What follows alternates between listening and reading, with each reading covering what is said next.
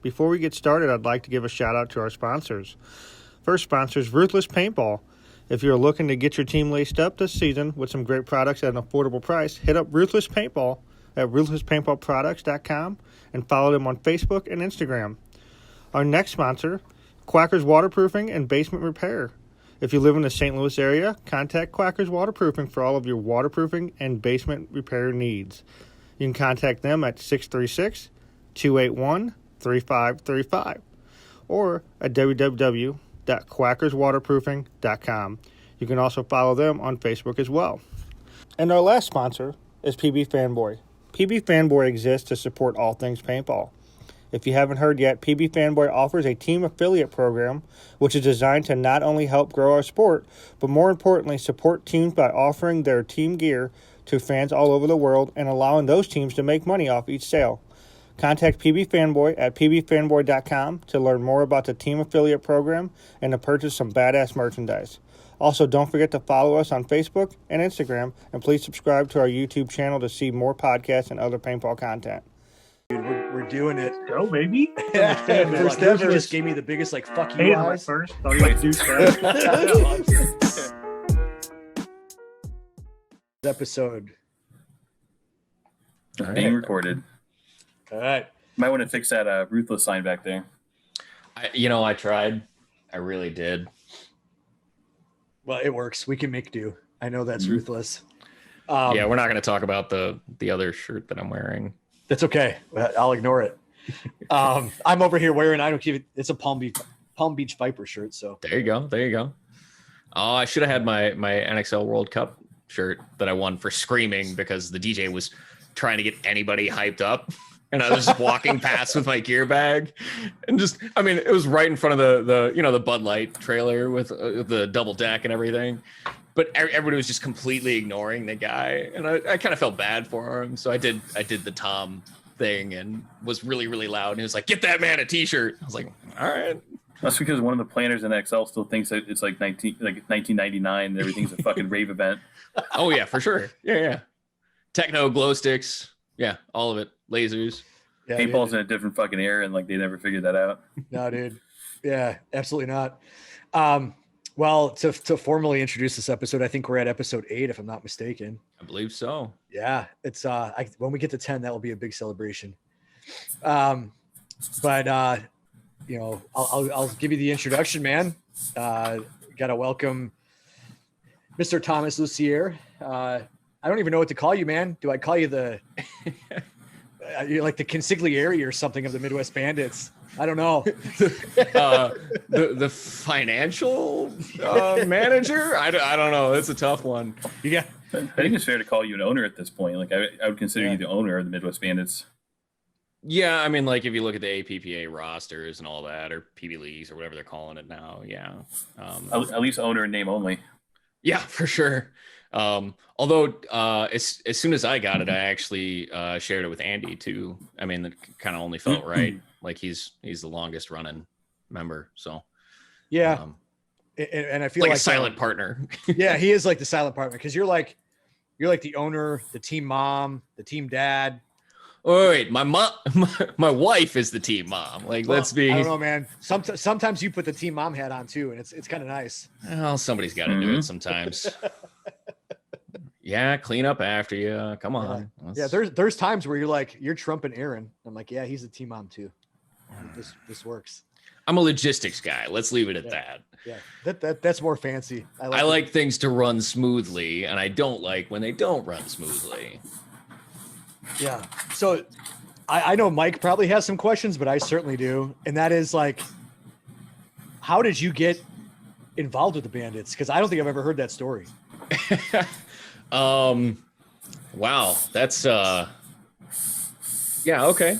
We'll go back to 2017.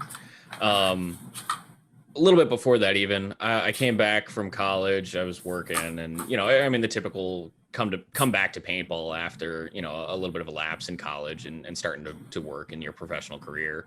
So that was probably 2014, 2015. I started playing at Wacky almost every week. So that's our field sponsor, Wacky Warriors. There's 2 fields. There's one out in Wentzville, and then there's one over in Illinois. The Bandits are based out of the Wentzville field. Started playing every week. Most of the Bandits actually came from open play. Just guys that were ready to move up, step up into something a little more competitive, not play against rentals and open play and that kind of thing. As part of that, in 2017, the Bandits started a new line. Actually, they started a D5 line. And Mike actually joined me on that line. Ed Blackwell, who was already a Bandits member, but was gracious enough to drop down to play with us for our first event, and a couple other guys, Chicken and Berkleber, our 2 14-year-old superstars. Chicken's now D2, and Berkleber is buying trucks into girls. He's working at 54th Street. So that was, we were supposed to be D5. So we went and we played an MSXL event as D5. It was a race to 2 event. I think we went 2-2. And Mike is very. Oh, go ahead. I was going to say, all I remember is shooting you at the wall. I was going to say, yeah, Mike is very proud of the fact that he shot me in the back. Yes, I am. And then the premier line at that time was actually, I believe they were playing D3 in the MSXL. And that was, Pat and Blake and Andy and Nathan and a couple other guys. And that event didn't really go so well for them. They had a couple of really bad calls, a couple of really bad blown calls. And at the end of that event, both lines kind of got together, literally at the event, same day, and said, "Hey, do we actually want to keep playing MSXL, or do we want to go jump ship and play the MPPL?" And so, we ended up making the jump. The Bandits ended up winning the premier line. Ended up winning 2 D4 events that year against our storied rivals, Air Assault. Air Assault ended up winning the series because they had 2 first place in the first and fourth event, I think, and like a second or a third place or something like that. And the D5 line, there was not a D5 X-Ball line that entire year. So what was the D5 line stepped up into D4 for their second event ever. And we proceeded to get our faces smashed for the next 2.5 years, I think it'd be fair to say. I don't think we won a game for 2 years. I mean, it was bad. No, that's accurate. We barely won points. Points. Yeah. It was bad. It was not, we weren't ready for that level of play. D4 at MPPL is no joke. I mean, I know everybody's talked about it a lot, but I mean, it is a hyper competitive league. It is a players league. All those teams that come down from Chicago and all the way up in Milwaukee and up in Wisconsin and all around there. I mean, yeah, those guys can ball. And then of course all the St. Louis teams. I mean, yeah, it's really so I've played both leagues as well, right? Obviously, and it's the MSXL has some talent, but I feel like the MPPL is just hands down. It's a tough, when you win one of those, and I've won an actual event. When you win an MPPL, there's so much more satisfaction. It's just because it's hard. It's hard. Yeah. And especially, sorry, go ahead. No, I was going to say it's almost harder. Mm-hmm. Having played like World Cup and other events versus the MPPL, the MPPL actually feels more difficult. Yeah. Team for team, the MPPL teams, I think, trump the D4 slate. There's a hell of a lot more teams at D4 and the national events, but it's not as much as a grind. I'll tell you that. Right. No. And it's not even necessarily. So as much as I love to say, oh yeah, it's all practice and preparation and everything we can do and learning as much as we can along the way. I mean, there are a couple of times where it's come down to, basically a coin flip. If a call goes one way or another, if somebody gets a penalty, if somebody doesn't get a penalty, if a ref actually calls a hit, we could be talking about a whole different game. It's every single shot, every single life on the field counts. That's about as intense as it gets. Yeah, absolutely. What so then how did you came in 2017? How were you just asked like, hey, can you run the show? Or did you or did you just adopt it? So when I started, they weren't really sure what to do with me.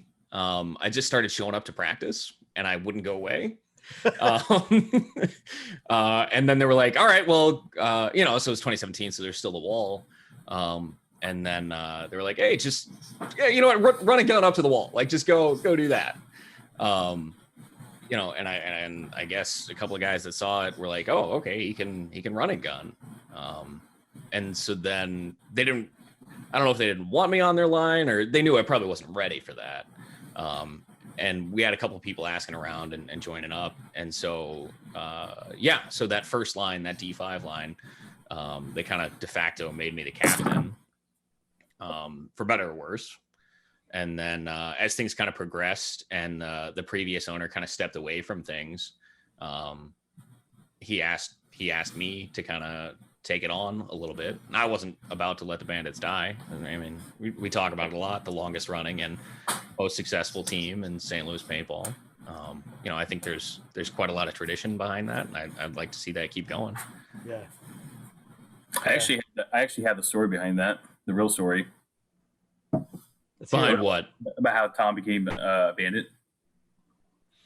Okay, so, let's hear it. So here's it's close. Like you have a close proximity of the actual story, but it's not quite the whole story. So there was I'm not going to name names, but there was a member of that line of the Bandits when they were reforming, because that was a year where the Bandits had gone away for a few years. Yeah. And they decided to come back and start playing. But there was a hiatus in there, at least a year, probably 2 or 3 years. And so what Tom said is accurate. Like he just wouldn't leave. So I think it's fair to say you always want to be a bandit even when you're playing open play, because like part of that story is that's how Tom and I met, is that he cheated me at open play several times. That we'll bring that back up later. Okay. And so Tom I think it's fair to say Tom always wanted to be part of the Bandits line. Right. So as they were putting in the new airball field at Wacky, resurfacing or whatever, and they're reforming the line, they were practicing elsewhere, including, I think it was Extreme, maybe Gateway. I forget which one it was. Both. Okay. And so Tom was trying to get on the field, but like the line was practicing with each other. But they were finally like, yeah, Tom's got to get on the field, so let's get him on there. And so the first point, and this is almost verbatim from what I was told, while running up to the wall, he shot 2 people off the break. Just running gun to the wall, he shot 2 people going wide on the break or something. And so like the line turned to each other and basically said, well, yeah, I guess we're going to have to get him on somewhere. And so that's actually the genesis of like the D5 line that year. It's like, well, shit, I guess Tom can at least go to the wall and shoot. And so we have to get him on a line that way. I do actually have photos from that day. And that's a fuller story of like of that particular story. Well, I've never heard that second side of it, but I could definitely believe it. I mean, looking back, I was definitely not ready. I mean, like the jump between, a true big. So like I technically had an APPA and I played in college a little bit, but I mean, it was completely different. I mean, people were playing with mech guns, you know what I mean? Like people were legit playing with spiders in some of these events. NCPA is a completely different beast. Like the fanciest gun you saw on the field was like a PM6, and people were like, oh, that guy's got a PM6. Like, oh, it was wild. Most of the team had like ions and stuff like that, where you could like flick the back of the tank and it would shoot 17 times. Well, first of all, don't anyone ever disrespect a PM6. No. But I'm saying like amazing. Oh yeah, no, for sure. But we've come a long way in the technology. And even at the time, even though the PM6 was an amazing gun and had so much of the DM line, and that's what made it so good. I mean, even at the time, I mean, we've come a long way, right? No, I think that's a fair statement. Agreed. So you did get your start in open play. Like, again, I know that's where a lot of people met you, including like Pat and some other people that are. Yeah, Pat was the open play ref. Oh, actually, it was Bo first. And then, as is kind of the tradition with open play refs, they rotate out kind of regularly. And so Pat came in and took over. Yeah. Okay, and so at the time I regularly saw you, and you still kind of wear sometimes with an OPP. jersey. Not, so why do you, not in a little while. Yeah, but OPP as an open play professional, I've always been curious. So can you tell us the story behind that? Because I actually don't know it. Where'd that haul come from, and how'd you end up with the jersey? So first of all, can I tell you they're making another one? I don't know if anybody's terribly surprised by that fact. But yeah, so the OPP jerseys were actually a Bo invention. So he got a whole bunch of regulars. Wacky West at least has a ton of regulars. Guys that just come out and play, I mean, just goofy stuff. Like they just go out there and go hog wild. I mean, most of them play with pumps. You know, I mean, they're just they know the fields like the back of their hand. They know all the angles. Like when these guys go up against each other on the field, like they're like, hey, which side are you going to? Let's make sure we don't let's settle it amongst us, and then everybody else can kind of have their own game. But like you and I are gonna handle this, you know, like we know what we're doing. And so yeah, so Bo just approached me one day and said, hey, we're making these jerseys. You know, do you want one? And even at that time, actually, my wife was still coming out and playing regularly, Erin. And so she also has one. So yeah, it was just kind of a bunch of guys getting together and recognizing the fact that, oh, hey, these are the guys that come out here and play all the time. And so they threw together a jersey, and they actually look pretty sick. Like, I mean, they got the arch on there. They got OPP, like it's camo, so it kind of works. Like that was my first color scheme, right? Like when everybody's putting together gear and making it all look fancy. Like once I got that jersey, everything prior had kind of been like, oh, you know, just whatever's off the shelf or whatever. But then like I actually got like olive EVSs and like a camo rotor and, you know, just like everything. Right. Like a dark gray and brown like tank cover. Like everything was camo. That's pretty awesome. Now it's just black. Everything's black. I'd like to see Tom using a bunch of camo shit today. That'd be awesome. I don't know. Like the coolness of like Cat Pat, like dark green forest digital. It's a little bit questionable, I think, in my opinion. I don't know if we can stretch and call that cool. I don't know, man. Like I had a thing going. That's all I'm gonna say about it. I'm gonna see if I can find and send you a photo in like a chat or something here. But like there's definitely photos of me in that gear from that first practice at Breakout. And I look like I'm pissed, actually. I don't know if I can send this. You were probably pissed. You couldn't get on the field. Like that's the story that they were telling me. You're not like wrong. You were pissed. You were fucking pissed. It's okay. I don't know. I don't think I was. I think I was just incredibly focused. You know, I knew what I was there to do, and I knew that I had to get a shot. Yeah, you probably were just like playing like that Eminem song in your head. Like, like you're just like sitting in the pitch, just like head bobbing to it, just mom spaghetti, yeah. Well, and so this is kind of the crazy thing. The guy, is it the guy who ran Powerhouse, who like built the Powerhouse regs, was out there at Breakout? Yeah, because there was a cascade system for the tanks because there wasn't a compressor or anything else, and it was literally in the middle of a field. Yep. Yeah, so the guy who was running Powerhouse or who designed the reg or whatever was out there, and he was sitting there talking to us, I mean, for an hour about how he designed these things. Yep. And that was back in 2017 before anybody knew everybody was like, yeah, we're not getting Powerhouse regs. Like, I don't know what he's talking about. Like, this is ridiculous. Yep. Jeff Schreiber's pretty persistent, man. I remember, obviously, I go way back with him too. And I remember being at World Cup with him that same year, and nobody wanted their shit. He had a backpack full of them. And he would go to all the pro teams and be like, hey, can you try these? Can you try these? And no, ninja.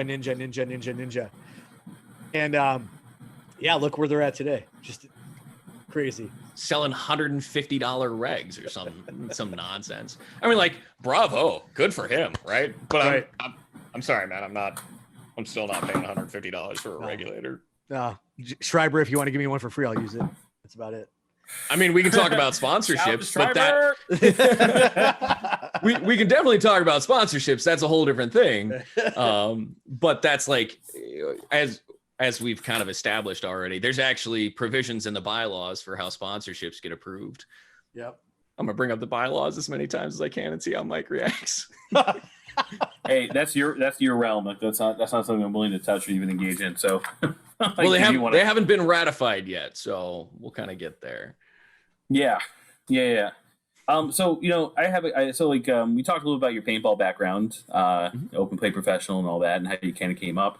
But like I said, I would consider you kind of like the de facto owner of the Bandits. Like, everyone would defer to you, I think, in that way. So like, what's the 5-year plan? Like, where do you want the Bandits to go? Where do you see them? Honestly, yeah. Well, I mean, not dishonestly, shit. No. But I mean, like, I know that personally. So in 5 years, I'm going to be 38, right? Mm-hmm. Like, you can only play this game so long at a super, super high competitive level. And there's a very narrow window of when you can actually achieve that. So for the next couple of years, I don't think 5. I think 5's probably pushing it out a little bit too much if I keep beating myself up this much. I mean, I'm not Steve, right? Like, Steve's like the Mack truck of human beings. You just can't break him. Works out. Don't jinx me. Yeah. So probably in 5 years, we'll have progressed.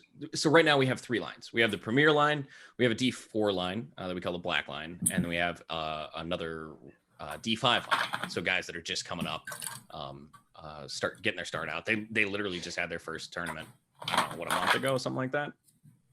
Feels like it was a while ago. Event 1. Yep. Yeah. So realistically, there's a couple of guys that can still make that push up to higher divisional levels, D2, D1 pro. I'd love to be there with them. I'd love to push. I mean, I would love to win every single event that we have from now until 5 years from now, and be forced to bump up higher and higher divisions and really make a name for ourselves. Realistically, I think we'll probably end up bringing up some of the D4 guys. There's a lot of really, really amazing talent on our D4 line. Some of the older guys, myself included, might eventually step down as we continue to push. And when I say step down, I mean maybe play a lower division or move into more of like a coaching or a support staff role. And that's something that I think is kind of really unique within the Bandits. We do try very, very hard to have dedicated support staff. We do try very hard to have dedicated coaching staff. So those kinds of things, as we move forward, I think I'll see myself moving towards that. I would love to see the Bandits be the next pro team. I don't know that that's going to happen, but I'm going to try and position us as well as I possibly can to be that. Yeah, I like that answer. And I think the 3 of us, I'm sure there's a lot more too, feel that way, right? I'm in the same boat. Although you call me a Mack truck, I'm sure I got a couple of years left for sure, but that's my future too, right? I'm never stepping away from paintball. I'm never stepping away from the Bandits. And I do see the Bandits being a pro team. Now we just need to find a financial backing, but it's there. We can make it happen. Well, turns out when you're not playing, you can save a lot of money. Hey, go figure. I mean, I'm just saying, like, right here, there's some empty space where we can put like another sponsor. Very true. Right. No, just Tom. Just 3 letters. I mean, I'm just saying. Although I am a little hurt, Steve, that you didn't mention at all about the banner I made. I thought it. I'm like, I need to tell Mike how cool that thing is. I love what you did. It's pretty legit. I'm just going to say I made it specifically for this podcast, but whatever. I love you. That's freaking awesome, dude. I love the 2-tone black and white. It's bad. Yeah, it's clean. It's crisp. Yeah. I really like it. Matches our color scheme, right? Like yeah. I mean, I can't plaster the entire office. This office is a shared space. My desk is on this side, and my wife's desk is on the other side. So yeah. There's only so much I can do with the space, but hanging up some banners and some trophies and stuff, Mike, I might need to have you share that background with me so I'm not looking at hotel windows. Nope. Mine. Not gonna happen. So Tom, you've been at paintball a long time. You talked a little about your like open play and your time with the Bandits. Like, what keeps you playing? Like, we talked about that in this podcast, I think, several times about like paintball and like what it means to people individually. So like as you're getting older, you're not really old, but I don't know. As you advance in age, like so like what part is more important to you? Like what about paintball keeps you going? Is it still through a competition? Is it more like the community that you build around yourself, like socially? Like what keeps you jazzed about it? Yes, definitely the competition. I think the heart of every paintballer is rooted in that competition. If it's not, then I don't know what it would be. And well, we have some teams around St. Louis, Yeah, I know, and it shows, right? Like the results speak for themselves. Like I can do this, and some of them can't. So I mean, I'm not questioning anybody's commitment or anything. But for me personally, first and foremost, the competition. Secondarily, I do, we say it. Well, you might not, Mike, but I do not know. But we throw around the word family a lot. And I do really think that especially for an organization like this, it's really very comparable to like a select sport, like club sports. So that's kind of how I've really tried to model a lot of stuff. I've been around a lot of like soccer teams, lacrosse teams, football teams, that kind of stuff, that operate at that select level. And if you actually look at the pricing and the costs, it's not that different really. Like I know what all those Chicago moms are paying for their kids to play soccer in select clubs. It's a lot of money. And paintball is, it's right up there with it. So I think secondarily, the community aspect of it, the social aspect of it, I do really like the guys that I play with, and I would do almost anything for them, and I think most of them would do almost anything for me. Yeah, for those of you out there in podcast land, video log land, who don't know the Bandits personally, like we often call Tom the team mom because he is. He hates when we call him the team mom, but he is. He brings hot chocolate, and so not when you tell me not to, and you yell at me for 5 minutes. I do, and I proudly call myself the disapproving, emotionally detached father of the team. You are. I am, and I wear that proudly because I'm going to tell someone to run to the snake 55 times until they puke. Yep. And I'm not going to give a shit about it. I'm going to ask them when they can go back in. So it is what it is. Yeah. For perspective on that, like I'm normally a 2 or a 3. Mike made me run to the D2 off break 3 or 4 times last practice. And wait till Sunday. Into the snake, probably another 3 or 4 times. So like, yeah, he does not care, and I appreciate that, and that's what we needed from him. And Mike was nice enough to kind of step back from playing and sacrifice that from his personal side to really kind of come up and become that coach that we needed. So I'm eternally grateful for that, because literally as soon as that happened, we immediately saw measured success. And that kind of really informed how we wanted to kind of channel and shape how the Bandits were going to play. So it's really made a huge difference. Yeah. And I love the lack of emotion too, because you get these emotional coaches, nothing ever gets done. You hear them in the pits yelling, like, dude, I didn't well, did I hear that he's coaching NYX now? Is he? Yes. Yeah, he and his son's now on it's weird. I don't know how like these two events like tie together, or if they do, but his son is on NYX, and now he's part of the coaching staff at NYX. It's really weird. I don't know. Weird. It's really, really weird. I don't get why. Either. Good job. I have heard.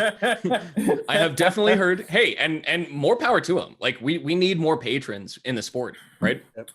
Like people who don't necessarily care about seeing a return on investment, and they're not necessarily invested in any particular company, but willing to. I mean, sounds kind of silly, but throw money at this sport. And in his defense, in all due respect to him, he's done that for a long time. And it like Mhm. I played for a team where in 2-3 at the time, I played for a team where he was like, you don't have money for a hotel, I got you. Don't worry about it. You don't have money for an airplane, I got you. Here's about the sport. Yeah, and the thing I'm speaking of is not Seaton personally, of course. Like, I Yeah. don't know the guy. Right. Like the closest I know to the guy is when he floored Thomas Mantoni at the Virginia at the Virginia Invitational. It was a sight, let me tell you. Mhm.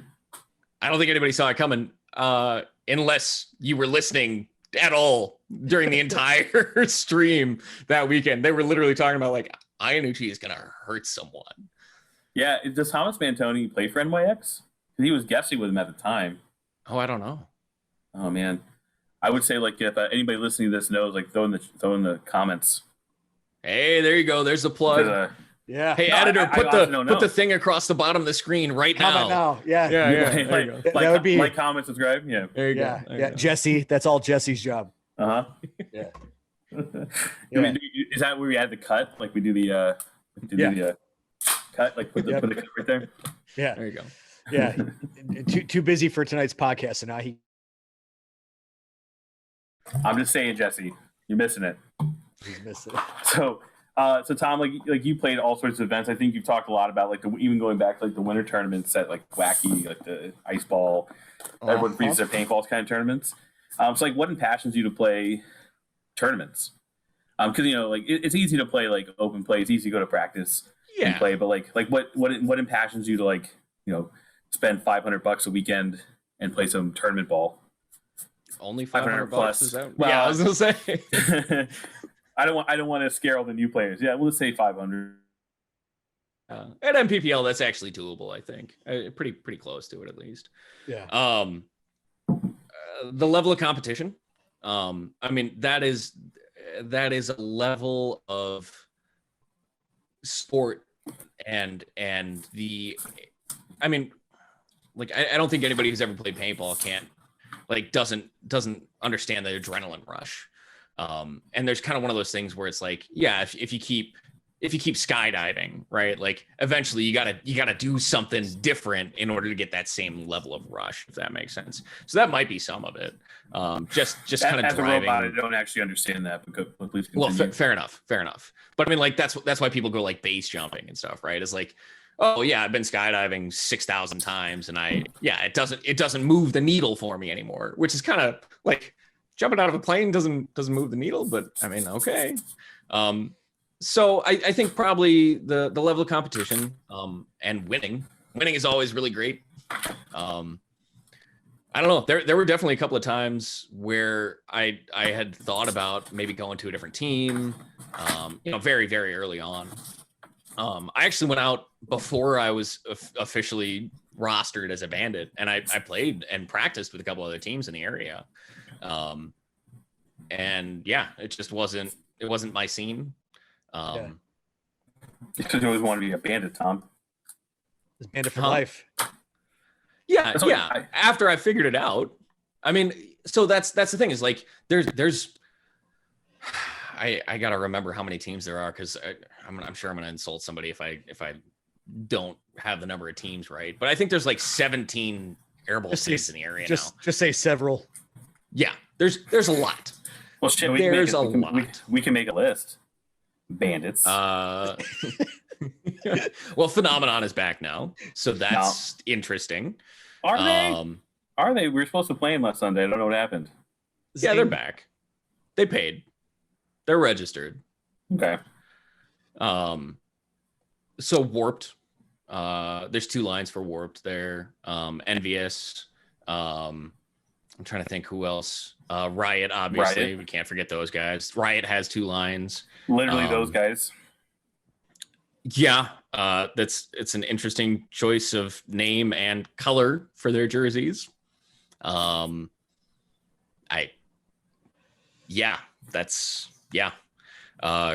on them.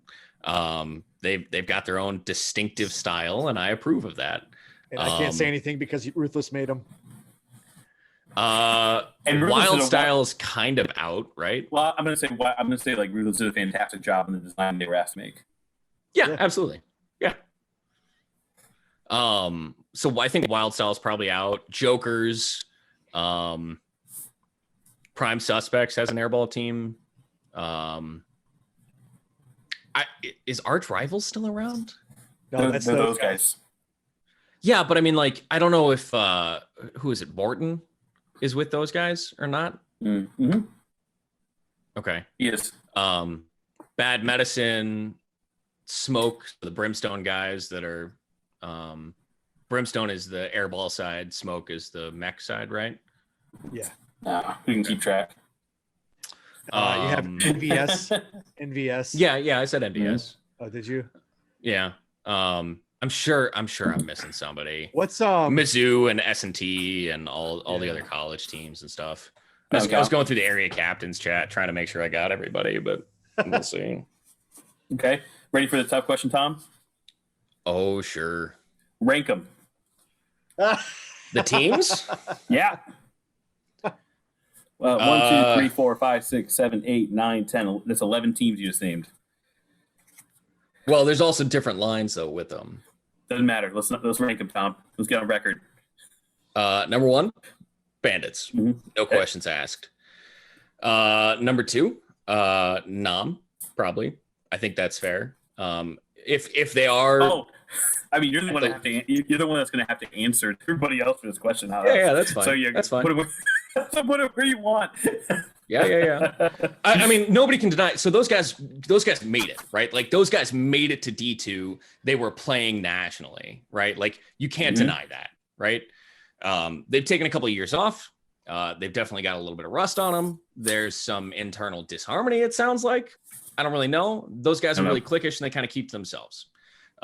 So I wish them the best of luck. I know they are very fierce competitors and they make me a better player. So I really do hope they come back and they make this more than one event. That would be awesome to see. I agree with that. Absolutely. 100%. Warped is kind of on that same level. It's a lot of those same guys.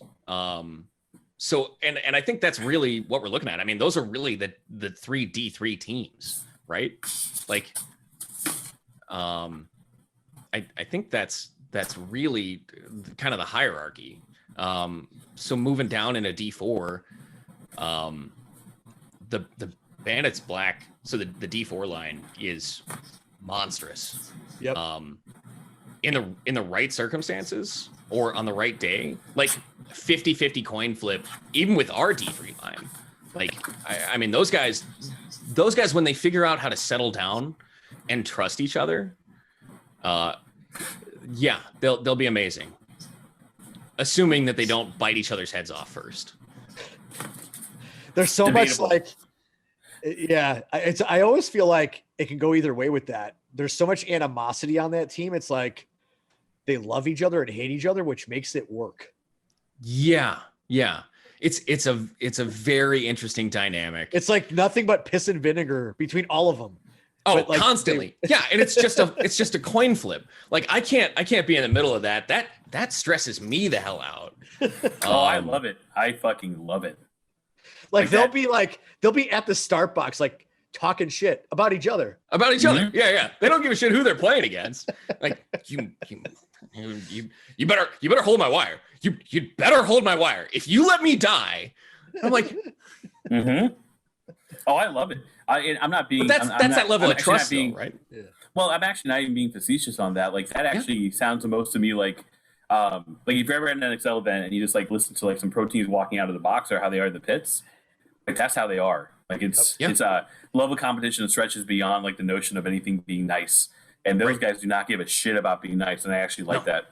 Yeah. Sometimes I do think it's too far, but like I think that's the thing about like teams that you're going to see there, like teams that you're going to see progress divisionally, right, are always flying on like the absolute edge of falling apart. Like the best fighter planes are the ones that stand that. Well, the best fighter planes, like throughout history, like if you look at the best like fighter planes, it's the ones that are hardest to control because they're always flying on the edge of control. Like the P-51 Mustang, you guys caught me listening to some World War II history. Like I watch that shit all the time. So the P-51 Mustang is actually famous for that. You can't fly in a straight line. Right. Like one of the best fighter plane from World War II cannot fucking fly in a straight line because it's always on the edge of disaster, and that's why actually it's a so nimble. traditional feature of fighter jets in general. So I was actually reading about this the other day, so it's really interesting that you bring it up. There's Come on. Okay, fair enough. What? There's a principle in aviation, which is and it's twofold actually. So it's one, so positive stability. If an aircraft is nudged statically, right? Like if something bumps it and it gets turned slightly up or down, positive static stability means that it will return to wherever it was. So if it gets bumped up, it just kind of naturally oscillates back down and levels itself out, right? So that's positive static stability. And then positive dynamic stability is if it gets pushed way up and then becomes an oscillating thing, how easily it will stabilize itself out of that oscillation. Whereas negative stability is the exact opposite in both cases. So you have negative static stability, negative dynamic stability. And I'm really taking this to a very technical extreme. And for those of you that don't know me, this is a very regular thing. So I apologize. I'm sure it's thrilling for everyone watching the podcast. Whatever, nerd, keep going. Yeah. Okay.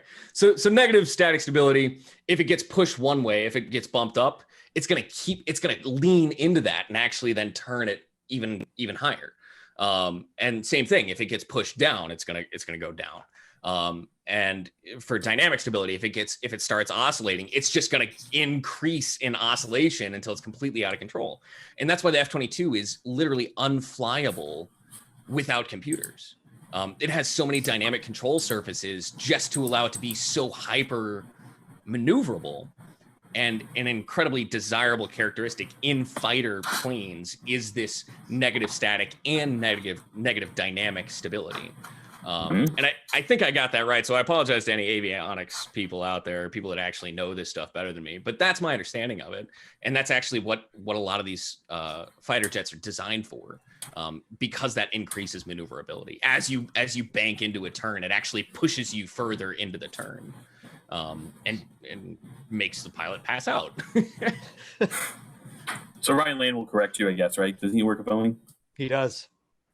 Oh, or like is this avionics expert in the listening to this, like put it in the chat. Yes. Hey, there you go. Hey, comment below. It is one thing I know Tom loves is being corrected. So. Oh yeah. Well, I would rather be technically. Yeah, I would rather make sure that I'm precise in my technical delivery. If I'm wrong about something, let me know so I can incorporate that back into whatever I'm doing. Okay, so hopefully use the same analogy. Okay, so we got Bandits 1, Nom 2, Warp 3, Bandits Black 4. Keep going. Who's next? Probably Warp. I'm gonna make sure. Does Warp have a D4 line?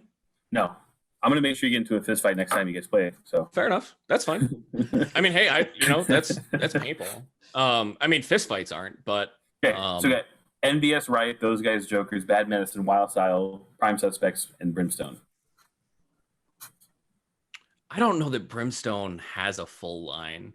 Brimstone might have a couple of like old fogies on it, but those dudes can ball. Like they might be 50 years old, but they can ball. All right, so put in them 5. I said a couple of old fogies. No. Hang on. Wait, let me think. Okay.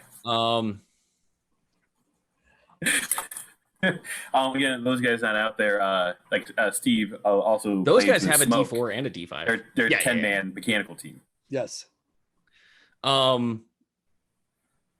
So I'm gonna say, yeah, that's fine. I'll put smoke slash brimstone. Yeah, that makes sense. Who are my other D4 teams that I'm missing? NBS Riot, Those Guys, Jokers, Bad Medicine, Wild Style, and Suspects. So I don't know that Wild Style is actively playing anymore. So I'm gonna discount them. Yeah. I'm gonna say probably those guys. Those guys are pretty solid. Again, very experienced. Hey, there we go. Go ahead.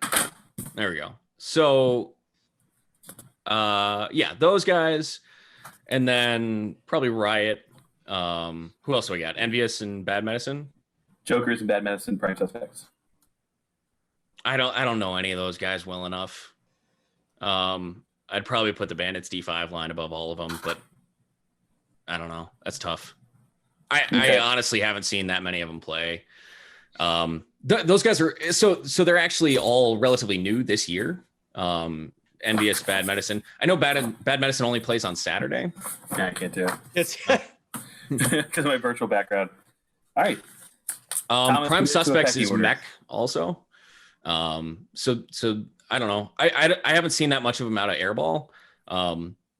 I know Bad Medicine had a tough run at MPPL 1 this year. I don't know how Prime Suspects did. And I don't know if I would probably put Envious and Prime Suspects over Bad Medicine. Bad Medicine had a really rough go of it.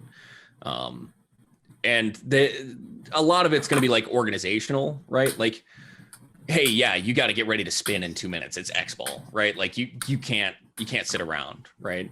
So I think they've had some struggles with that. I think as they get kind of more used to the format and kind of warmed up, that might change. But it's really kind of hard to say without really spending a whole lot of time playing against them. Okay, so you hear that, guys? Tom just gave you a ranking. It's up to you to change it. Yeah. I mean, like I said, within each division, like I think there's maybe a couple of people that would argue one way or the other. It's very hard to argue that I'm being impartial by ranking the Bandits first in every division. Oh yeah, that's fine. I just want to do what I could to like blow up the captain's chat. So yeah, that's fine. Well, so that's the other thing, right? Just kidding, like, everyone out there. Just kidding. No, it's fine. And I'm sure I'll get walked off the field for it. I mean, it happens. But I mean, like that captain's chat. It was going to happen anyway. So, like, so you wear a Bandits jersey. Yeah. Also true. So for those guys that aren't in necessarily the area, so in St. Louis, we actually have, because there are so many teams, and there's a number of different airball fields now. So because there's so many teams and so many different airball fields, we have all of the area captains kind of in a single group chat on Facebook Messenger, and all those guys can kind of then coordinate between where they're going for practice. So that's actually really nice for a scheduling perspective. But also they can then kind of do some dispute resolution. Like, hey, so-and-so was being a dick today. Like you should probably talk to your boy. The people that tend to be in that chat tend to be a little bit more civil, we'll call it, and understanding. And a lot of it's, a healthy amount of competition and smack talk is necessary and, dare I say it, essential to the sport. But I think that chat kind of stays pretty professional. I think we kind of all realize when that's going on, and we kind of leave it out of that. Well, I feel like we've got out of that like 2014 to 16 kind of pissing contest paintball that St. Louis was, right? I mean, yeah, we kind of saw that, and I'll call them out because we're homies. Like we kind of saw that with the whole Ryan Land Greenspan Clinic thing. Like we had some heated conversations, and then I show up to Pekin for event 1. He walked right up to me, gave me a hug, apologized. We kissed and made up, and now everybody's cool again. Like that shit wouldn't have been like that 3, 4, or 5 years ago. No, absolutely not. And I think that speaks wonders where we can talk shit, but we're all of us are homies at the end of the day. Yeah, and I think that's really unique to paintball as a sport. Even, Yeah. I can absolutely blow you up. I can shoot you in the legs 15 times as you're diving into the S1. At the end of the game, when we're walking off the field, we'll go shake hands and laugh about it a little bit. There's a couple of people that like personalities off the field rub me the wrong way. But most of those are like industry guys. Like I don't think I have any problems with players in St. Louis. Like I said, the way that certain people comport themselves in the industry kind of sucks. I think a lot of it's Yeah. Oh, there That's we go. weird. All right. It's largely, kind of an old boys league where it's, all these guys kind of know each other and they all do business together, and they, there's preferential treatment and stuff like that.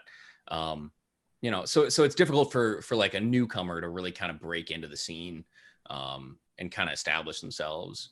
I mean, we've talked about that ad nauseum. I mean, the amount of stuff that we've had to go through with different sponsorships, with different logos, with different, hey, why is my company's logo on your jersey kind of thing. What are you trying to? What are you saying, Tom? I mean, we already hashed it out. So I mean, I'll lay it out there. Yeah. Nick with GI, Nick Sloviak. yeah, Nick Sloviak, the pro player, was reffing MPPL. I don't know if it was last year or the year before. Yeah, it had to be last year because we swapped to Ruthless. Yeah, that's our regional league, by the way, everybody out there. The MPPL, Mike MPPL. Papalima. So yeah, and he was doing a great job as a ref. He was actually a head ref. I mean, he called it straight down the line, like called it as he saw it. Like I have no problems with him as a ref. He was doing a great job, and we loved having him. I think a couple people even like 1v1'd him after at the end of the tournament. One of them jump shot him over a can, which was amazing.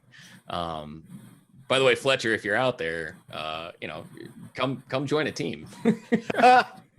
He was supposed to. He was supposed to be a bandit. Yeah, I know.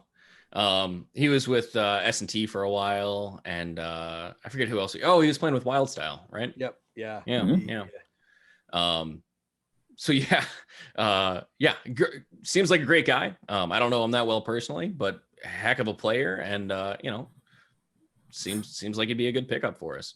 But point being, so there was some drama surrounding. We got new jerseys from Ruthless, and our field owner is a GI field. Always has been. It's the second oldest field in the country. I mean, they've been around for a long time. Wacky Warriors is known throughout the industry. He's gotten awards for being around for so long. I mean, it's over 30 years. It's ridiculous. I think it's over 40 years at this point. It's crazy. So when we went to design the jerseys, I asked our field owner, I said, hey, what do you want us to put on the jerseys? We'll put whatever you want on there. And he asked for basically three things: the Wacky Warriors logo, the Nitro Duck logo, which we couldn't actually get, and then the GI Sports logo. So based off of that, we said, sure thing, whatever you want. We slapped it on there. Didn't think twice about it.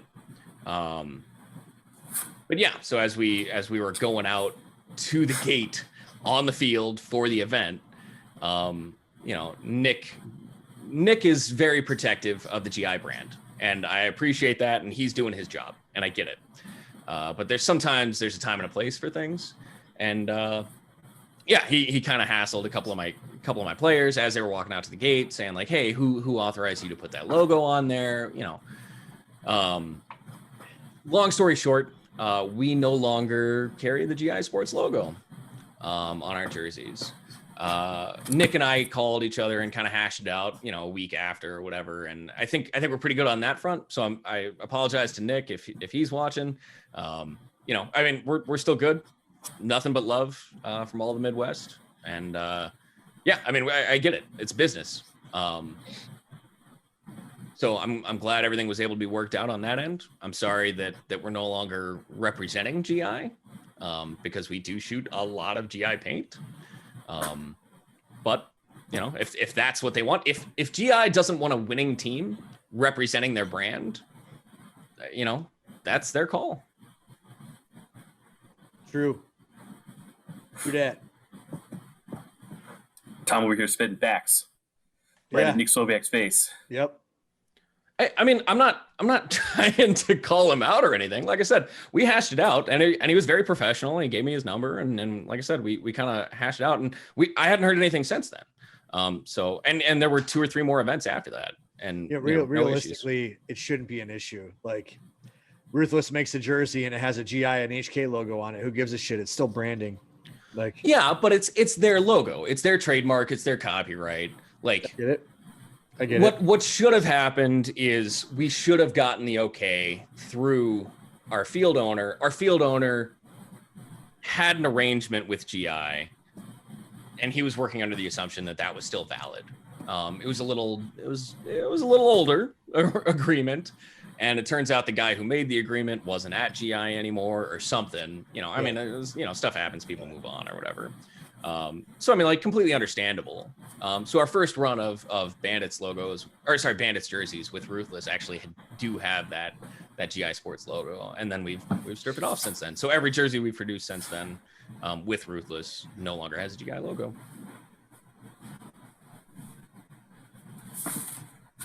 Okay, And I like it. I like clean and simple, right? Like when we went to redesign the jersey, we put it as, I mean, minimalistic as possible.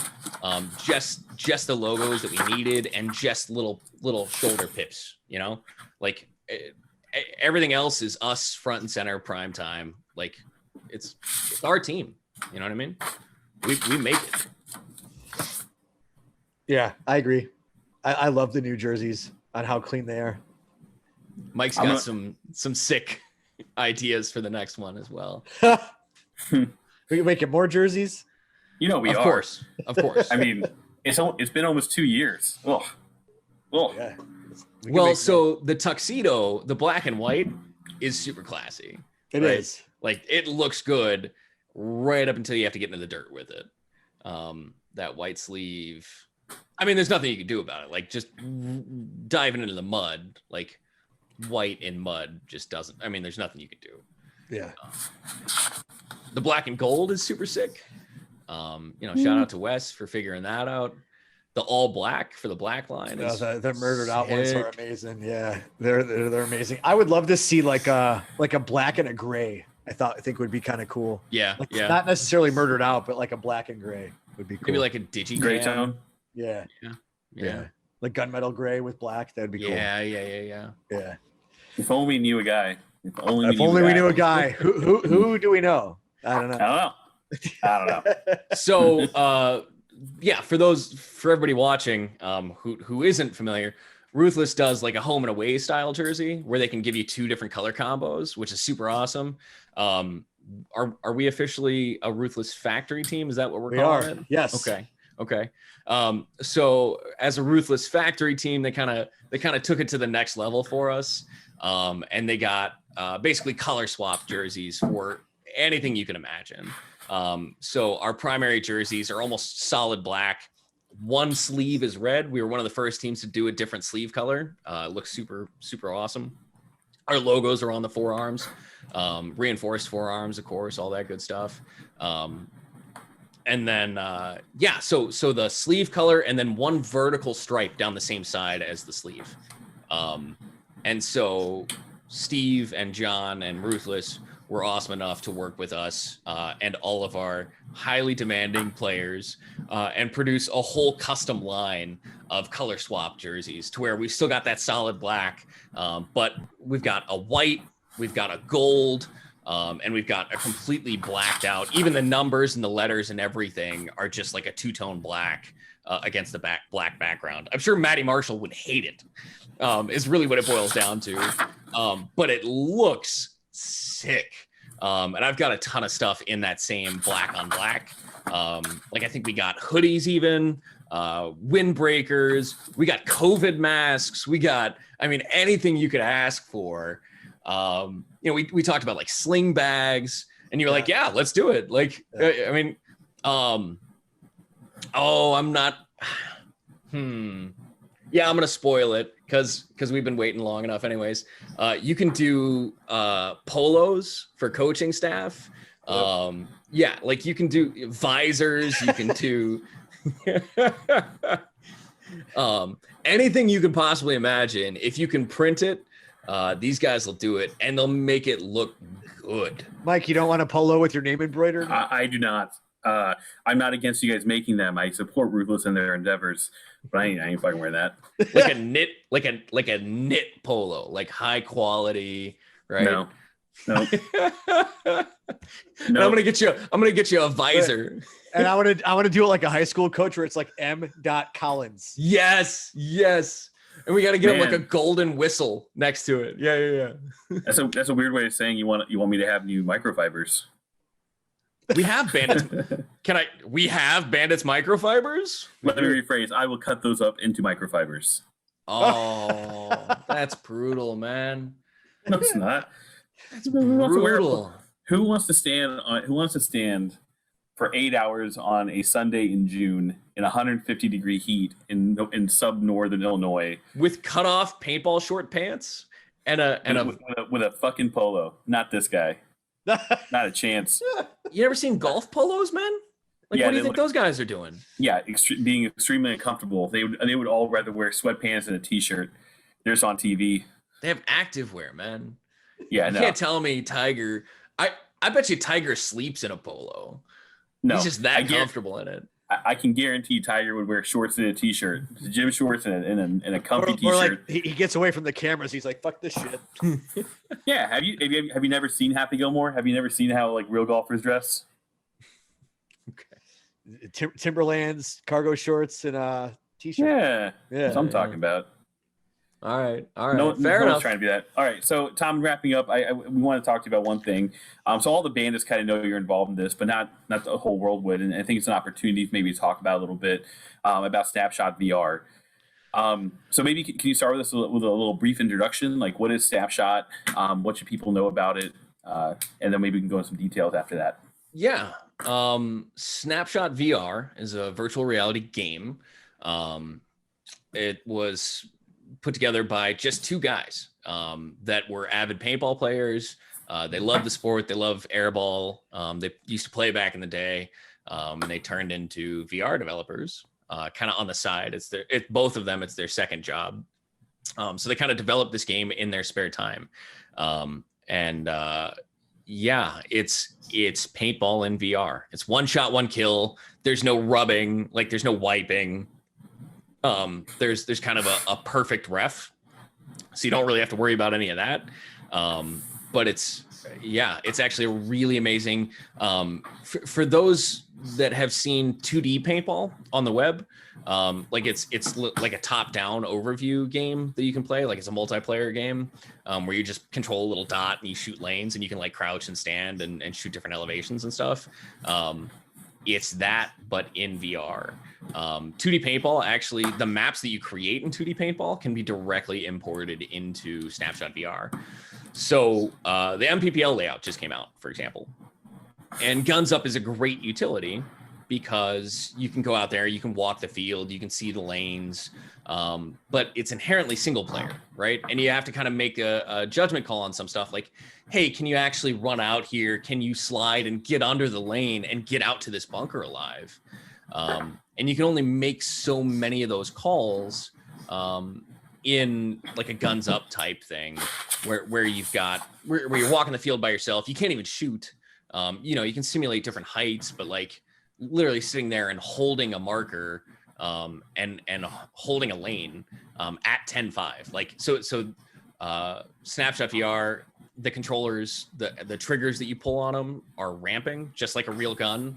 They've actually got a drop-in board for Planet Eclipse G-Techs, where you can literally use your G-Tech as a controller in the game. Like, that's crazy. Yeah. That's wild.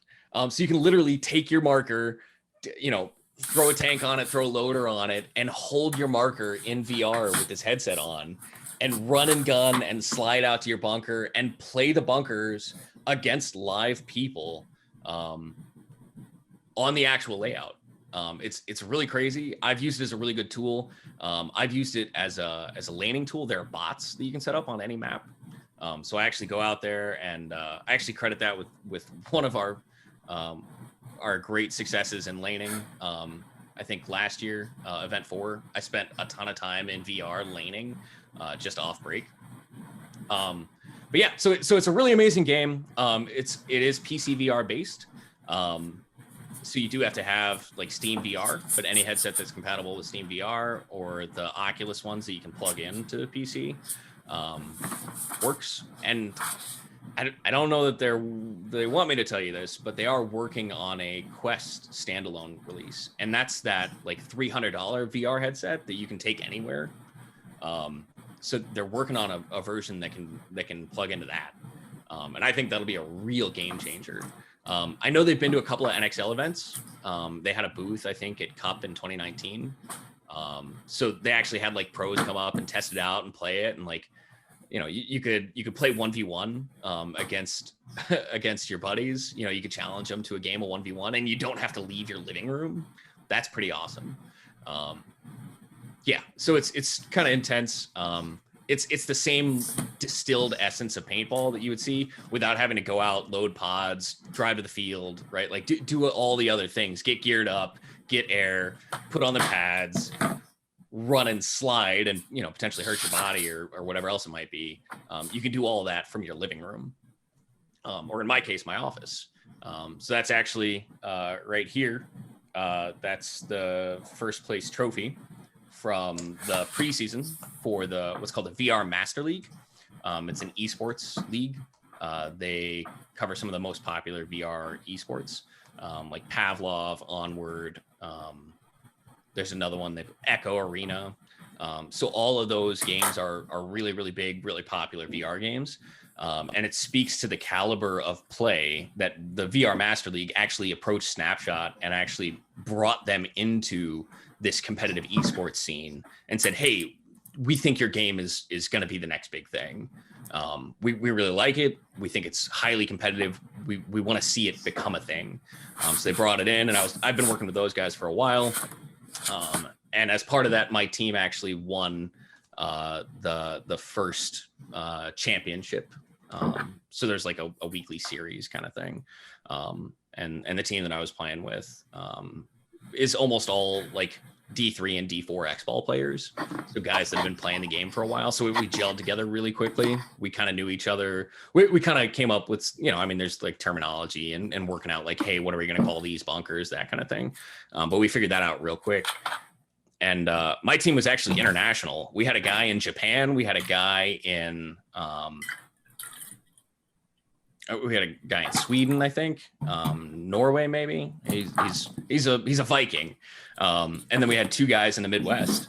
And so like the four of us, we'd get up at 7 a.m. every morning, our time, practice. And then, you know, we'd have a game later on in the week. It's very, very similar to paintball, but just in virtual reality. Definitely check it out if you got a VR system. What's it take to run that game? Speak technically. Let the people know. Yeah, so I actually was running it for the longest time on my old. I built a base level VR compatible PC like 5 or 6 years ago. So it was like a Core i5 4790, 4790K maybe, and a GTX 970. So it's not technically demanding. It is a hell of a lot of fun. I play it on the Vive. It's pretty old school VR system. A lot of people play it on the Oculus, or I think the Oculus Quest is probably the most popular platform, but it is like I said, PC VR right now. So you do have to have it plugged in. But yeah, anything newer than those two. I mean, anything that's been built in the past 5 years with a dedicated graphics card, anything that meets the Steam VR minimum system requirements.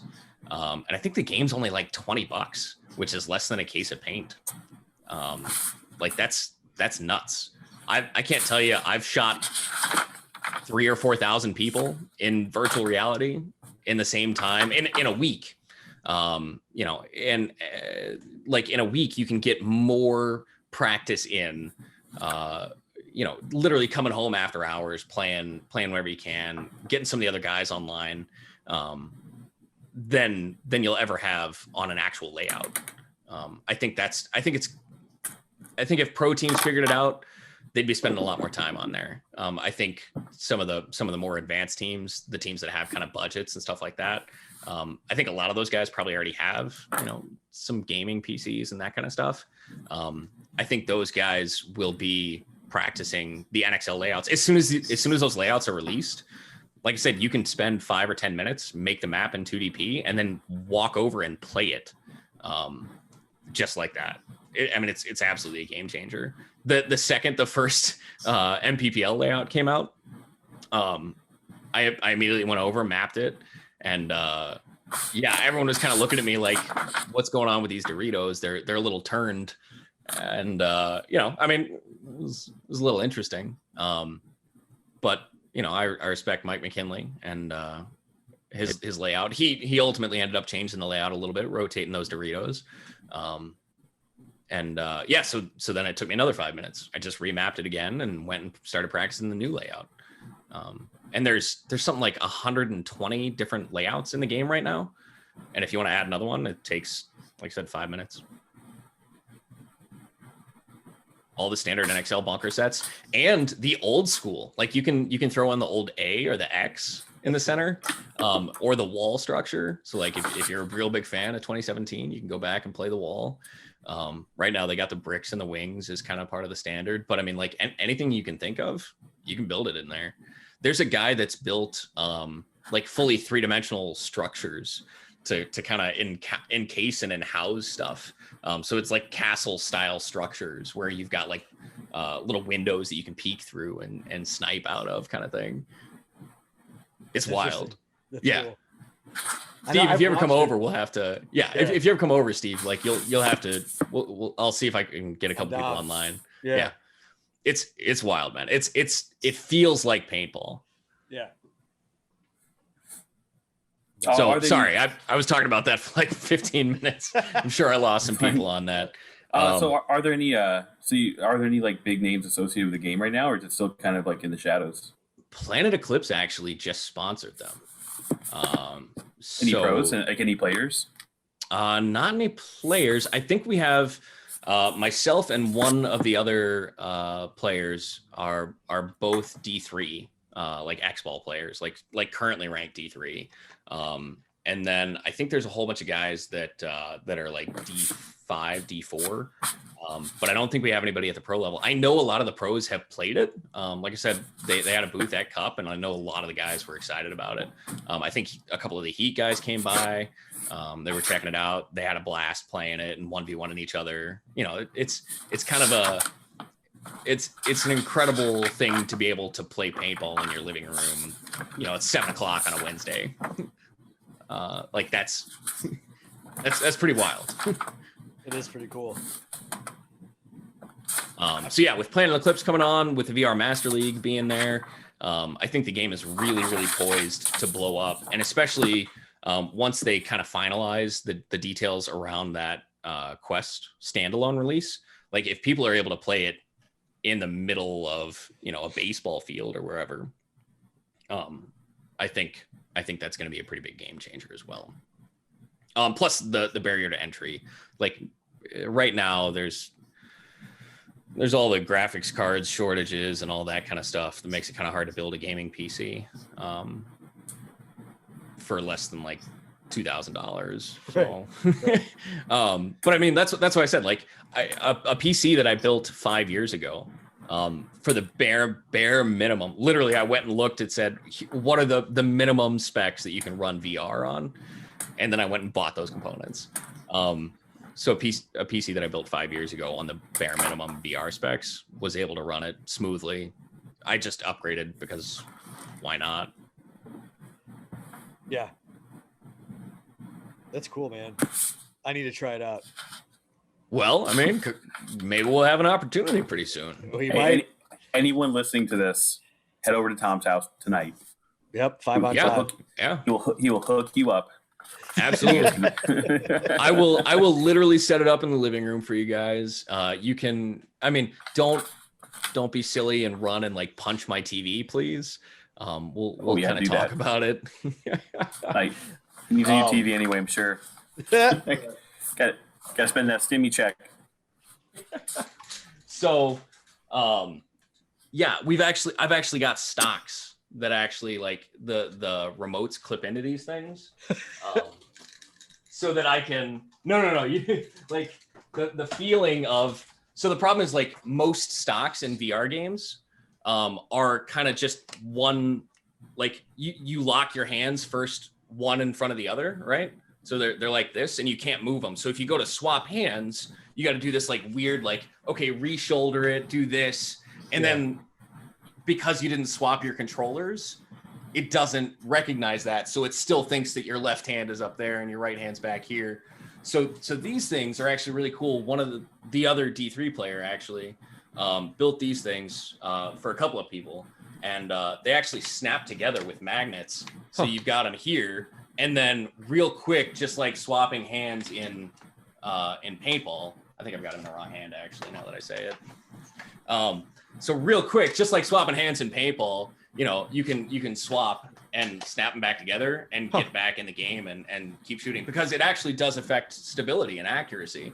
So if you're trying to shoot just one-handed, like it's gonna go around a little bit. But if you have both hands on there and both hands on the marker in the game, you know, sitting there shooting, rolling your gun, like it actually improves your accuracy. That's crazy. It's pretty impressive. Yeah, the technology that goes into it. I mean, I've been working with the devs since, I want to say like August, maybe a little earlier than that, 2019. And like literally the first couple of months was me just hounding them, like the models in the game, because it only tracks your, like the position of your controllers in your head. So for the first like 2 or 3 months, the model would be like this. I don't know if you can, like, where the elbow is, chicken winging, right? And so so we worked with them, and now the model's elbows stay tucked like an actual paintball player. You know, just those small quality of life touches for these guys developing a game, like in their own, like in their free time, right? And they just implemented like a sliding mechanic, so you can actually slide into like a bunker or dip under a lane or whatever, like full speed run dive, and you're in. It's they're super responsive, they're super awesome. A lot of love to the guys over at Snapshot. And if you do want to watch the VR Master League, I actually cast some of those games as well. So you can hear my beautiful voice on, I've heard it. I tune in just for the voice. I don't even watch it. That's fair. That's fair. Do they stream on Twitch, or what platform can they find the streaming? Yeah, on Twitch. And I think it's let me see if I can find it real quick here. Good host would have had this ready, right? You have 14 seconds. No, I'm kidding. So it's actually twitch.tv/snapshot_VRML. So the VR Master League. Could you like forward that to Jesse? He could probably get that up on the channel. Of course. You know, like as one of those description links, as the kids like. Yep. Edit it, Jesse. Yeah, kids don't like that. And click up. Like and subscribe, right? Like that's right on. Right. Yeah, there you go. three in an hour and a half video is not too bad, right? No, like that. Nope. All right, Steve, do you have anything, or is it time for lightning round? It's lightning round time, man. Shoot, I forgot about that. Okay, hang on, I gotta. All right, we got a growing list here. This lightning round might be actually kind of long. Oh snap! Okay. All right, ready? I'll try. Okay, put 45 seconds on the clock. No, just kidding. All right. Number one. Are you ready, Tom? Yes. No one cares. Okay, so number one, marry, fuck, kill, Steve, Jesse, or PJ from the Underdogs.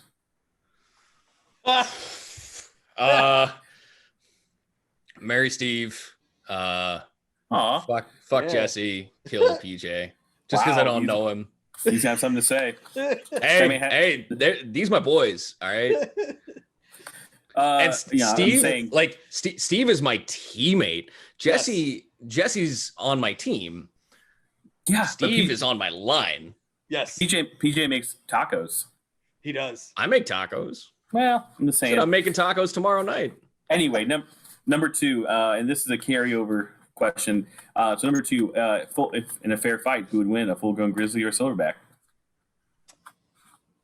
I think it's got to be the gorilla. Okay, you're there. If it's not the Bandits, which D3, D4, D5 team would you like to see win event two?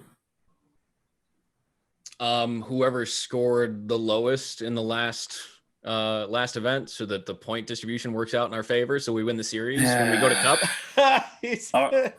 Whatever, nerd. Okay. We're going to cup. No, pick any pro player. Who do you think you're most like? Like whose game is most like yours? Don't care. You're defeating the purpose of a lightning round, Tom. I'm trying to answer quickly.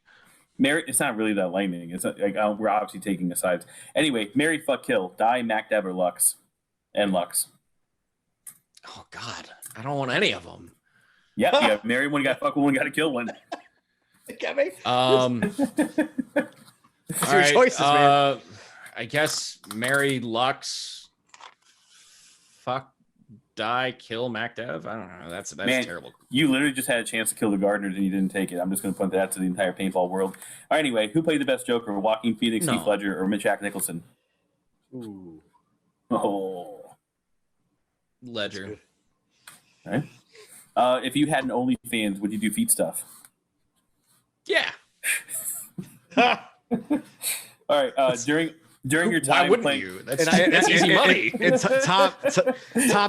Tom as your spouse. I approve. During your open play only days when you played open play and I played with you, how many times? I know did where you this is going already. How many times did you knowingly cheat against me?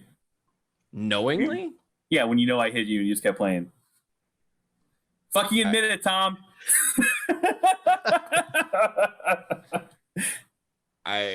Dude, you know how long it's been since we played open play? Oh, look at the guy dodged the question, Steve. I honestly don't remember, dude. Okay. I don't know that I've ever knowingly cheated you. Okay. Follow-up question. While playing open play, there was an instant where you were fighting a G-Tech way too goddamn fast, and you claimed No, you that didn't was an know E-Tech. It was an E-Tech. Whatever. E-Tech 3 LT. Whatever. And the rate of Circuit fire was board somewhere around 15 balls per second, and you It was on argued that, uncapped semi. and you argued that we couldn't tell that you were firing. Is there a too question fast. here? Yeah. Was it Okay. honestly? Did you honestly not know, or was that bullshit? No, I honestly didn't know. I thought I had it set. Oh, okay. So I had it. I had the BPS capped. So I actually did have the rate of fire cap set, but I had it on the wrong firing mode, and it's an E-Tech with those LEDs, and so I didn't know what the LED. I didn't know how many the red LED blinks were. I do now. So we're setting the line at 7. So the line is 7. Over under.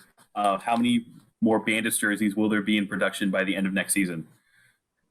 Over By the 7 end of or under 7? 2021 or by the end of Yeah. 2022? End of next season. So 2022. Yeah. 7 Yeah. So more than 7 or fewer than 7? in production. Yeah. So the ones that are currently out don't count, No. except for the primary line. Right. Under. Hey, Steve. He's in for a surprise. Designs? No, like jerseys. Under. Yeah. All right. Designs of jerseys, yeah. Including Okay. color swaps. No. It's going to be under 7. All right, I'm two going more to be pissed if it's under 7. I'm going to tell him to cut it off. If it's over. I can guarantee it's going to be under 7. All right. 7's ridiculous. 2 more questions. Who would win in a fair fight? An octopus or a bull moose? On land or in water? Both. That's and a bull moose would win on land and an octopus would win on water. That's Okay. All right. No. Okay. Womp womp. Last question: Would you rather always play for a team that is always going to lose, or never play for a team that's always going to win? Oh, that's easy. Even though it kills me to say it, I would rather never play for a team that's going to win every single time, because I've done that. Like it's not fun. Like we've had players that hurt themselves, that literally first point off the gate, pull a muscle, do something. They're not able to play the rest of the event, and I don't think they would. I mean, like obviously they're upset that they didn't play, but I mean that. This is an organization. This is a structure. This is something that's bigger than just an individual team or a line. That's what we're trying to build. That's what we have built. Yeah, absolutely. I would. I mean, no shit. Go to the ends of the earth. Fly people down to Cup and pay for them to play. And in some circumstances, we've done that in order for a chance at winning. So if you're telling me all I have to do is not play and we win every single event, that's a sacrifice. I'm still going to play in practice, But but come game time, like if I have to ride the bench in order for us to win, that's no question. Yeah, that was well said.